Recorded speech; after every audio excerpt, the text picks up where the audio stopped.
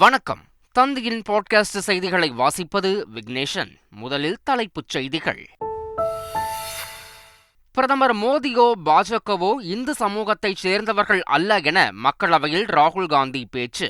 உண்மையான இந்து தர்மத்தை கூட பாஜக பின்பற்றுவதில்லை எனவும் குற்றச்சாட்டு. பாஜகவினர் வன்முறை இந்துக்கள் என கூறிய ராகுல் காந்திக்கு பிரதமர் மோடி எதிர்ப்பு. ஒட்டுமொத்த தேசத்தையும் ராகுல் காந்தி அவமதித்து விட்டதாக உள்துறை அமைச்சர் அமித்ஷா ஆவேசம். மக்களவையில் குடியரசுத் தலைவர் உரைக்கு இன்று பதிலுரை வழங்குகிறார் பிரதமர் மோடி. ராகுல் காந்தியின் குற்றச்சாட்டுகளுக்கு பதிலடி இருக்கும் என எதிர்பார்ப்பு.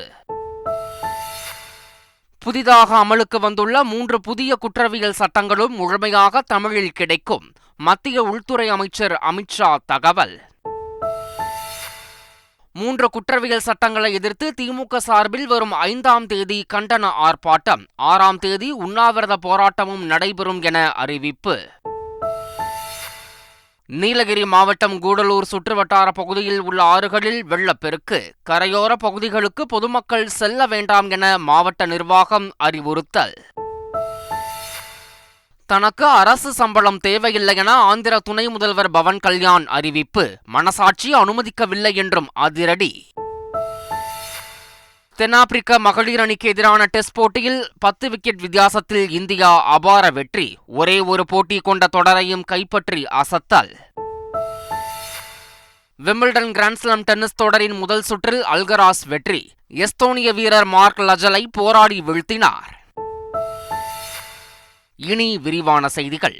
பிரதமர் மோடியோ பாஜகவினரோ உண்மையான இந்து சமூகத்தைச் சேர்ந்தவர்கள் அல்ல என எதிர்க்கட்சித் தலைவர் ராகுல் காந்தி தெரிவித்ததால் மக்களவையில் கடும் கூச்சல் குழப்பம் நிலவியது. குடியரசுத் தலைவர் உரை மீதான விவாதத்தில் பேசிய ராகுல் காந்தி, கடந்த 10 ஆண்டுகளாக அரசியல் சாசனத்தின் மீது தொடர் தாக்குதல் நடத்தப்பட்டு வருவதாகவும், எதிர்க்கட்சியினர் பலரும் தாக்கப்பட்டு தொடர்ந்து கைது செய்யப்பட்டு சிறையில் அடைக்கப்பட்டதாகவும் குற்றம் சாட்டினார். சிவபெருமானின் படத்தை காட்டி பேசிய ராகுல் காந்தி, யாரை கொண்டும் அச்சப்பட மாட்டோம் என்பதுதான் அந்த படத்தின் அம்சம் என்று கூறினார். ராகுல் காந்தியின் இந்த பேச்சுக்கு அவர் மன்னிப்பு கேட்க வேண்டும் என உள்துறை அமைச்சர் அமித்ஷா வலியுறுத்தினார். பின்னர் பேசிய ராகுல் காந்தி, பாஜக 24 மணி நேரமும் வன்முறை, வெறுப்பு ஆகியவை பற்றிதான் பேசிக் கொண்டிருப்பதாக குற்றம் சாட்டினார். மேலும் நீட் தேர்வு விவகாரம் குறித்து ஒரு நாள் முழுவதும் தனி விவாதம் நடத்த வேண்டும் எனவும் ராகுல் காந்தி வலியுறுத்தினார். குடியரசுத் தலைவர் உரைக்கு பிரதமர் மோடி இன்று மாலை 4 மணிக்கு பதிலளிக்க உள்ளார். குடியரசுத் தலைவர் உரைக்கு நன்றி தெரிவிக்கும் தீர்மானத்தின் மீதான விவாதத்தில் பேசிய ராகுல் காந்தி, பாஜகவையும் பிரதமர் மோடியையும் மிக கடுமையாக விமர்சித்தார். ராகுல் காந்தியின் இந்த பேச்சு இந்துக்கள் மீதான தாக்குதல் என பிரதமர் மோடி எதிர்ப்பு தெரிவித்திருந்தார். இந்த நிலையில் இன்று மாலை மக்களவையில் பிரதமர் மோடி பதிலளிக்க உள்ளார். ராகுல் காந்தி இந்துக்களை ஒருபோதும் அவமதித்தது கிடையாது என்று பிரியங்கா காந்தி தெரிவித்துள்ளார். நாடாளுமன்ற வளாகத்திற்கு வெளியே செய்தியாளர்களுக்கு பேட்டியளித்த அவர், மக்களவையில் ராகுல் காந்தி மிகவும் தெளிவாக பேசியிருப்பதாக குறிப்பிட்டார். 3 புதிய குற்றவியல் சட்டங்களும் அமலுக்கு வந்துள்ள நிலையில் 3 சட்டங்களும் முழுமையாக தமிழில் கிடைக்கப்பெறும் என்று மத்திய உள்துறை அமைச்சர் அமித்ஷா கூறியுள்ளார். இதுகுறித்து நாடாளுமன்ற வளாகத்தில் செய்தியாளர்களிடம் பேசிய அவர், முந்தைய சட்டங்களில் காவல்துறையின் உரிமைகள் மட்டுமே பாதுகாக்கப்பட்ட நிலையில் புதிய சட்டங்களில் பாதிக்கப்பட்டவர்கள் மற்றும் புகார்தாரரின் உரிமைகளையும் பாதுகாக்கும் அம்சங்கள் உள்ளன என தெரிவித்தார். 3 குற்றவியல் சட்டங்களை எதிர்த்து திமுக சார்பில் வரும் 5ஆம் தேதி கண்டன ஆர்ப்பாட்டமும் 6ஆம் தேதி உண்ணாவிரத போராட்டமும் நடைபெறும் என அறிவிக்கப்பட்டுள்ளது. திமுக சட்டத்துறை மாநில நிர்வாகிகள் மற்றும் மாவட்ட அமைப்பாளர்கள் ஆலோசனைக் கூட்டத்தில் 3 புதிய குற்றவியல் சட்ட திருத்தம் குறித்து ஆலோசிக்கப்பட்ட நிலையில் இந்த அறிவிப்பு வெளியாகியுள்ளது. மேலும் 3 குற்றவியல் சட்டங்களை பொதுமக்கள் அறியும் வகையில் தமிழகம் முழுவதும் கண்டன கருத்தரங்கங்கள் நடத்துவது எனவும் தீர்மானிக்கப்பட்டுள்ளது. இந்தியாவின் தலையெழுத்தை மாற்றும் வகையில் 3 புதிய குற்றவியல் சட்டங்கள் இருப்பதாகவும், இந்த சட்டங்களால் நாட்டில் உள்ள 133 கோடி மக்களும் பாதிக்கப்படுவார்கள் என திமுக எம்பி வில்சன் தெரிவித்துள்ளார். இதேபோல் 3 புதிய குற்றவியல் சட்டங்களும் சமஸ்கிருதம் தோய்ந்த இந்தியில் பெயர் வைத்திருப்பதால் அதிமுக அதை எதிர்ப்பதாக அக்கட்சியின் வழக்கறிஞர் பிரிவு செயலாளர் இன்பதுரை தெரிவித்தார்.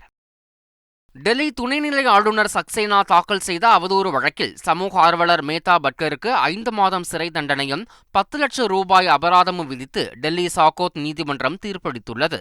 அகமதாபாத்தில் உள்ள தொண்டு நிறுவனத்தின் தலைவராக வி.கே. சக்சேனா கடந்த 2001ஆம் ஆண்டு பணியாற்றிய போது தமக்கு எதிரான கருத்துக்களை வெளியிட்ட சமூக ஆர்வலர் மேதா பட்கர் மீது அவர் அவதூறு வழக்கு தொடர்ந்திருந்தார். இந்த வழக்கில் தற்போது தீர்ப்பு வழங்கப்பட்டுள்ளது.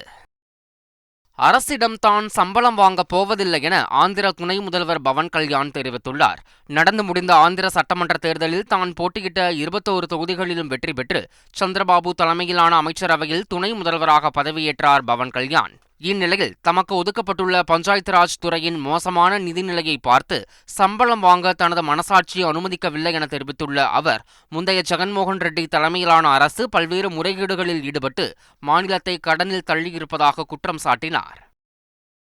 நீட் தேர்வை தமிழ்நாட்டில் ஒருபோதும் அனுமதிக்கக் கூடாது என்றும் 3, 5, 8ஆம் வகுப்புகளுக்கு பொதுத் தேர்வு கூடாது எனவும் தமிழ்நாட்டிற்கான மாநில கல்விக் கொள்கை தயாரித்த குழு பரிந்துரைத்துள்ளது. தமிழ்நாட்டிற்கான மாநில கல்விக் கொள்கை குறித்த அறிக்கையை முதலமைச்சர் ஸ்டாலினிடம் டெல்லி உயர்நீதிமன்ற முன்னாள் நீதிபதி முருகேசன் தலைமையிலான குழுவினர் வழங்கினர். அதில் நீட் உள்ளிட்ட தேர்வுகளுக்கு பயிற்சி அளிக்கும் மையங்கள் மற்றும் தனியார் கல்வி நிலையங்கள் விளம்பரப்படுத்தப்படுவதை தடை செய்ய வேண்டும், எம்.ஜி.ஆர். பல்கலைக்கழகம், அண்ணா பல்கலைக்கழகம், தமிழ் பல்கலைக்கழகத்தை சர்வதேச தரத்திற்கு உயர்த்த வேண்டும் என்பது உள்ளிட்ட பல்வேறு பரிந்துரைகள் அளிக்கப்பட்டுள்ளன. சென்னை அடுத்த ஸ்ரீபெரும்புதூர் வாக்ஸ்கான் ஆலையில் திருமணமாகாத பெண்களுக்கு மட்டுமே வேலைவாய்ப்பு அளிக்கப்படுவதாக வெளியான செய்திகளின் அடிப்படையில் தேசிய மனித உரிமை ஆணையம் தானாக முன்வந்து வழக்கு பதிவு செய்துள்ளது.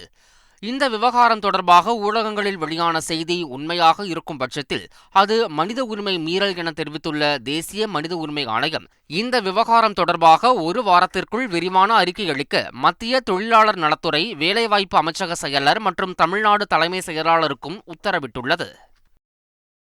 நெல்லை கிழக்கு மாவட்ட காங்கிரஸ் தலைவர் ஜெயக்குமார் மர்ம மரணத்தில் சிபிசிஐடி விசாரணை மந்தகதியில் நடைபெறுவதாக காங்கிரஸ் கட்சியினர் குற்றம் சாட்டியுள்ளனர். ஜெயக்குமார் மர்ம மரண வழக்கை விசாரித்து வரும் சிபிசிஐடி போலீசார் 30க்கும் மேற்பட்டோரிடம் விசாரணை நடத்தியுள்ளனர். இந்த நிலையில் வழக்கு விசாரணை மந்தகதியில் நடைபெறுவதாக கூறி மாவட்ட காங்கிரஸ் நிர்வாகிகள் ஆட்சியரிடம் மனு அளித்துள்ளனர். விரைவில் நடவடிக்கை எடுத்து உண்மை குற்றவாளிகளை கைது செய்ய வேண்டும் என்றும் அவர்கள் கோரிக்கை விடுத்துள்ளனர். அடுத்ததாக ஒரு வரிச் செய்திகள்.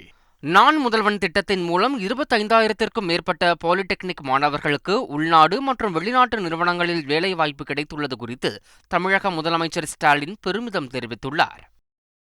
மத்திய அரசின் 3 குற்றவியல் சட்டங்களை அமல்படுத்த தடை விதிக்க கோரி சென்னை உயர்நீதிமன்றத்தில் வழக்கு தொடரப்பட்டுள்ளது. இந்த வழக்கு விரைவில் விசாரணைக்கு வரும் என எதிர்பார்க்கப்படுகிறது. மாநில கல்விக் கொள்கை குழுவின் பரிந்துரைகளை அமல்படுத்துவதற்காக செயல்படுத்துதல் குழுவை அமைக்க தமிழ்நாடு அரசு முடிவு செய்துள்ளது. நெல்லை மாவட்டம் நாங்குநேரி அடுத்த மூன்றடைப்பு அருகில் உள்ள அரசு பள்ளியில் இருதரப்பு மாணவர்கள் இடையே ஏற்பட்ட மோதலில் 2 பேர் காயமடைந்தனர். மோதலுக்கு சாதி பாகுபாடு காரணமா என்ற கோணத்தில் போலீசார் விசாரித்து வருகின்றனர். தமிழ்நாட்டில் சாதிவாரி கணக்கெடுப்பு நடத்த தமிழக அரசுக்கு முழு அதிகாரம் உள்ளது என்று பாமக நிறுவனர் ராமதாஸ் தெரிவித்துள்ளார். தமிழ்நாட்டில் சமூக நீதியை காக்க வேண்டியதும் வன்னியர்களுக்கு இடஒதுக்கீடு வழங்க வேண்டியதும் தமிழக அரசின் கடமை என்றும் அறிக்கையொன்றில் அவர் குறிப்பிட்டுள்ளார்.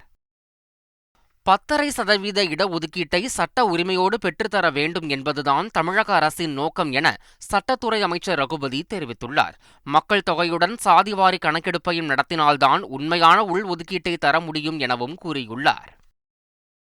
கள்ளக்குறிச்சி கனியாமூர் கலவர வழக்கு தொடர்பாக மாணவி ஸ்ரீமதியின் தாயாரிடம் அவரின் வீட்டில் வைத்து சுமார் 2 மணி நேரத்திற்கும் மேலாக சிறப்பு புலனாய்வு போலீசார் விசாரணை நடத்தினர். சட்டவிரோத பணப்பரிமாற்ற தடைச்சட்ட வழக்கில் கைது செய்யப்பட்டுள்ள முன்னாள் அமைச்சர் செந்தில் பாலாஜியின் நீதிமன்ற காவலை ஜூலை 4ஆம் தேதி வரை நீட்டித்து சென்னை முதன்மை அமர்வு நீதிமன்றம் உத்தரவிட்டுள்ளது. உயர்நீதிமன்ற உத்தரவை மீறி தொடர்ந்து தம்மை பற்றிய அவதூறு கருத்துக்களை தெரிவித்து வருவதாக பாடகி சுசித்ரா மீது அவரது முன்னாள் கணவர் கார்த்திக்குமார் மீண்டும் உயர்நீதிமன்றத்தில் புகார் தெரிவித்துள்ளார். மதுரை கூடல் அழகர் பெருமாள் கோவிலுக்கு சொந்தமான இடத்தில் ஆக்கிரமிப்பு செய்யப்பட்டிருந்த 73 கடைகள் நீதிமன்ற உத்தரவுப்படி சீல் வைக்கப்பட்டன. முன்னதாக இதற்கு எதிர்ப்பு தெரிவித்து அதிகாரிகளுடன் வியாபாரிகள் வாக்குவாதம் செய்ததால் பரபரப்பு ஏற்பட்டது. விக்கிரவாண்டி இடைத்தேர்தல் நெருங்கும் வேளையில் கடையம் பகுதியில் பாமகவினர் சாலை மறியல் போராட்டத்தில் ஈடுபட்டனர். பொதுக்கூட்டத்தில் மக்களை பங்கேற்க விடாமல் திமுகவினர் அழைத்துச் சென்று சட்டவிரோதமாக அடைத்து வைத்ததாக குற்றம் சாட்டியுள்ளனர். சென்னை வடபழனியில் 1 மாத காலமாக குடிநீருடன் கழிவுநீர் கலந்து வருவதால் உடல் உபாதைகள் ஏற்பட்டு அவதியுற்று வருவதாக குடியிருப்பு வாசிகள் வேதனை தெரிவித்துள்ளனர். திருவண்ணாமலை அருகே கிராம நிர்வாக அலுவலருடன் ஏற்பட்ட தகராறில் விஏஓ அலுவலகம் முன்பே விவசாயி தீக்குளித்த சம்பவம் அதிர்ச்சியை ஏற்படுத்தியுள்ளது. கரூர் மாவட்டம் குளித்தலை அருகே தாலி கட்டிய நிலையில் மாணவியும் மாணவனும் எடுத்துக்கொண்ட புகைப்படம் வைரலாக பரவியதால் பெற்றோர் அதிர்ச்சியடைந்துள்ளனர்.